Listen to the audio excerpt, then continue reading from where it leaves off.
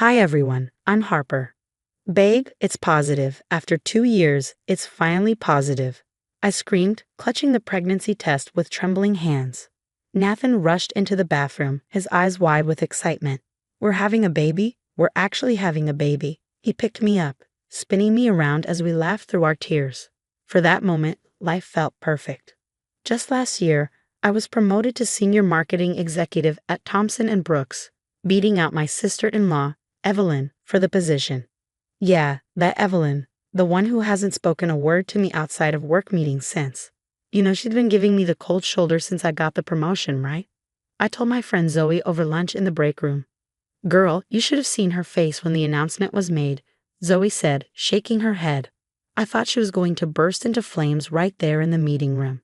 Honestly, I heard the only reason she's still here is because some of the board members are good friends with Nathan's parents.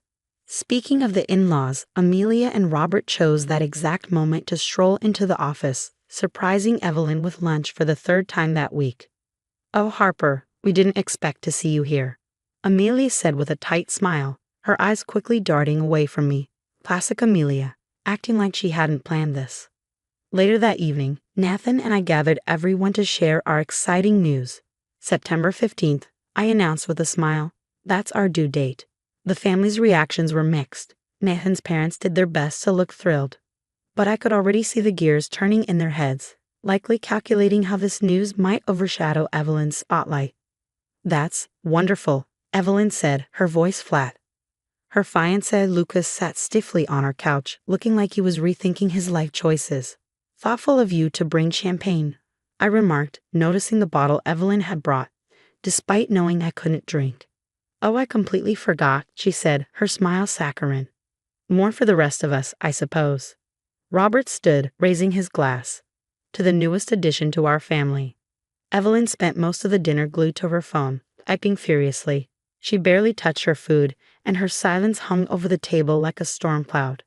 "Don't let her get to you," Nathan whispered, squeezing my hand. "This is our moment." If only I'd realized then what Evelyn's silence meant.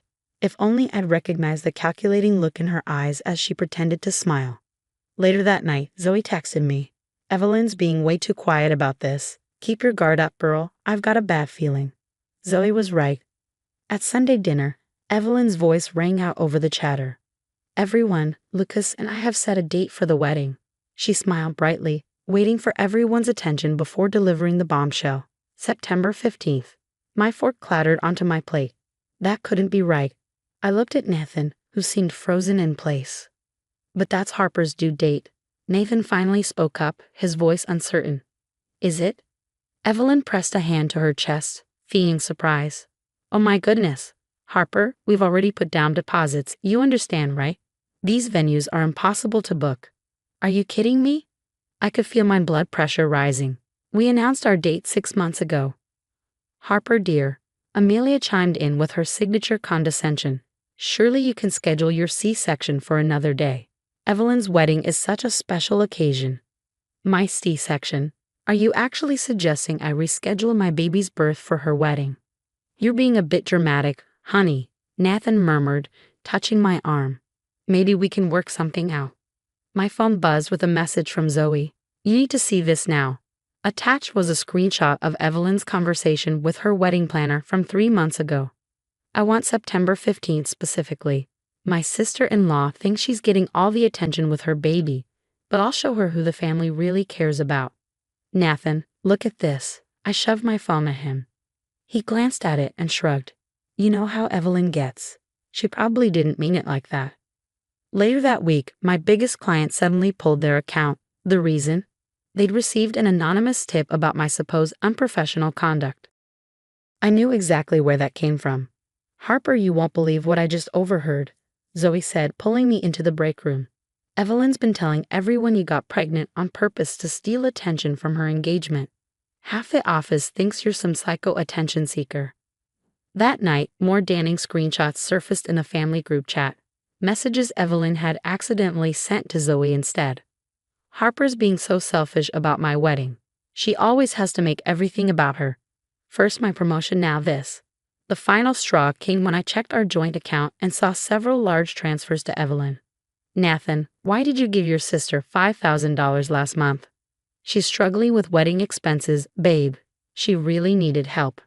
Really? Because I just saw her Instagram story at the Ritz-Carlton, showing off her new Gucci bag. Come on, Harper. You know how she gets when she's stressed. 7 months pregnant, I sat there, watching my husband defend his sister, a woman who was systematically trying to ruin my life. Something inside me snapped. You know what? Keep defending her, but I'm done playing nice. Your sister wants a war? She's got one. I picked up my phone and called Zoe.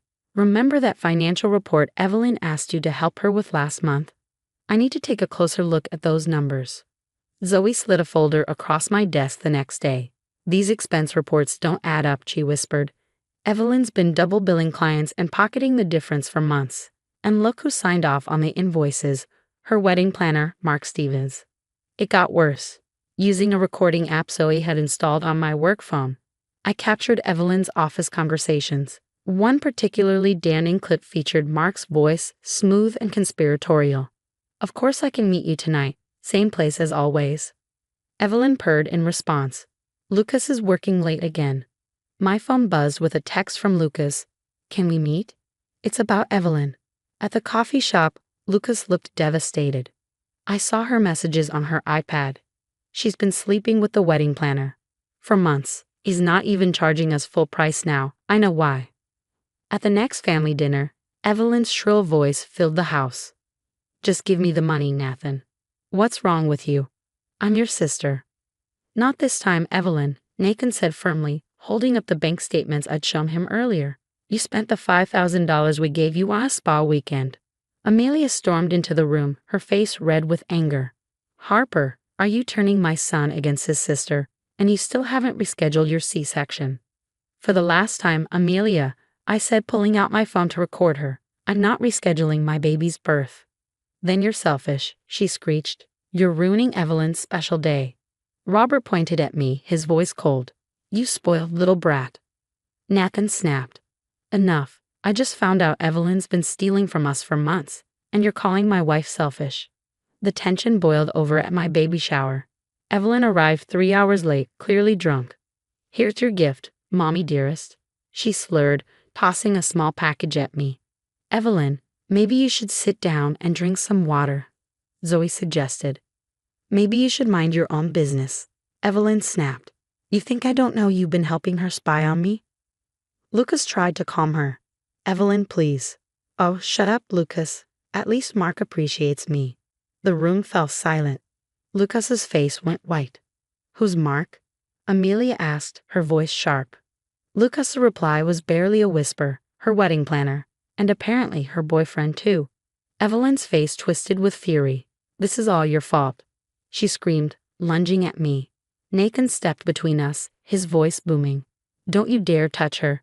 Get out. Now. Fine. Evelyn screamed, her face twisted with fury. But don't think this is over. I'll make sure everyone knows what a manipulative witch you are, Harper. She stormed out, knocking over the gift table and sending everything crashing to the floor. Zoe helped me into a chair, her eyes filled with concern. Are you okay, the baby? We're fine, I said, taking a deep breath. But I think it's time to send those financial records to HR. Already done, Zoe replied, her smile grim. I also sent copies to the police and a state licensing board for wedding planners. Turns out Mark Stevens has quite a history of fraud. Nathan knelt beside me, his voice heavy with guilt. I'm so sorry, babe. I should have seen who she really was sooner. I squeezed his hand. Better late than never, but this isn't over yet. What do you mean? Evelyn's wedding is in 3 days, and I have a feeling it's going to be unforgettable, just not the way she planned. 3 days later, Evelyn's world began to crumble. Get out of my house, Evelyn. It's over. Lucas's voice echoed through the neighborhood as her designer suitcases flew from the second-story window, spilling expensive clothes across the front lawn. At work the next morning, chaos erupted. Men in suits emerged from the elevator and headed straight for Evelyn's office. Evelyn Matthews, the lead auditor, asked. I'm from corporate audit. We need to discuss some irregularities in your expense reports. Her scream echoed through 3 floors. This is all Harper's fault. She set me up. The auditor raised an eyebrow and held up a stack of documents. These discrepancies go back 3 years, over $200,000 in fraudulent charges. Security escorted Evelyn out as she kicked and screamed. You're all going to regret this. Mark will vouch for me. Mark Stevens, he's already cooperating with authorities, the auditor replied calmly. Apparently he's been involved in wedding planning fraud across multiple states. As if on cue, my water broke just as Evelyn was being led away in handcuffs. She's beautiful, Nathan whispered, holding our daughter, Emma, for the first time. I'm so sorry about everything, Harper. I promise. We're done with all of them. Later, Amelia and Robert tried to visit the hospital. We're her grandparents, Amelia insisted. You can't keep us out. Watch me, Nathan said, blocking the door. After everything you've enabled, you think you deserve to be grandparents. 5 months later, life was sweet.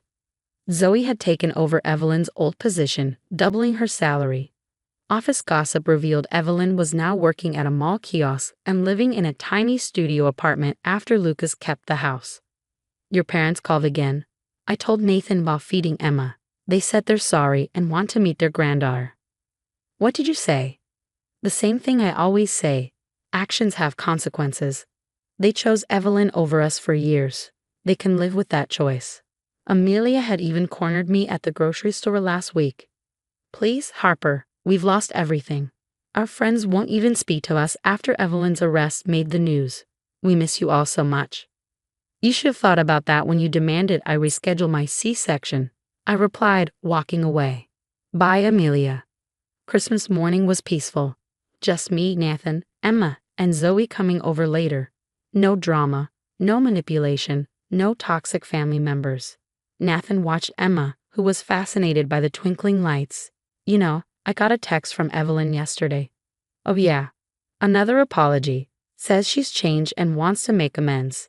She's in therapy now. And I blocked her number. Good. Some bridges aren't meant to be rebuilt. As I held Emma in my arms, I knew we'd made the right choice. Our little family was all we needed. Sometimes the best revenge isn't getting even. It's getting away and building something better. What would you do if a toxic family member sabotaged your life, marriage, and even pregnancy while playing the victim? Would you give them a second chance after they hit rock bottom and claim to change, or are some betrayals unforgivable? Share your thoughts in the comments below.